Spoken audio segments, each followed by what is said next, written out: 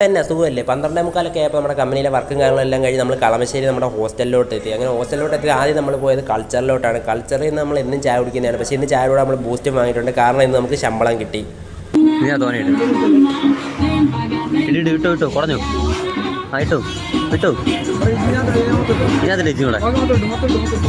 അങ്ങനെ നമ്മൾ ചായയിലിട്ട ബൂസ്റ്റ് ഇളക്കാൻ വേണ്ടിയിട്ട് ആ കടയിൽ നിന്ന് തന്നെ സ്ട്രോയും കാര്യങ്ങളൊക്കെ വാങ്ങിച്ചു. അങ്ങനെ സ്ട്രോ ഇട്ട് ഇളക്കിയ ശേഷം ഞാൻ ആ ചായ സ്ട്രോ വെച്ച് തന്നെ കുടിക്കാമെന്ന് വിചാരിച്ച് സ്ട്രോ വെച്ച് കുടിച്ചു. അങ്ങനെ ഞാൻ സ്ട്രോ വെച്ച് കുടിക്കുന്നതുകൊണ്ട് അയ്യപ്പനോട് ഒരു സ്ട്രോ വാങ്ങിച്ചിട്ട് കുടിക്കാൻ വേണ്ടിയിട്ട് നോക്കി. ഞാൻ കുടിച്ചപ്പോൾ എൻ്റെ വാ ചെറുതായിട്ട് പൊള്ളിയായിരുന്നു. പക്ഷേ ഞാൻ ആരോടും പറഞ്ഞില്ല.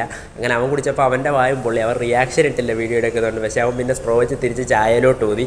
ഇത് കണ്ട് ജനീഷിന് ചിരി വന്ന്. അങ്ങനെ അവൻ്റെ മേത്ത് ചായ വീണ്.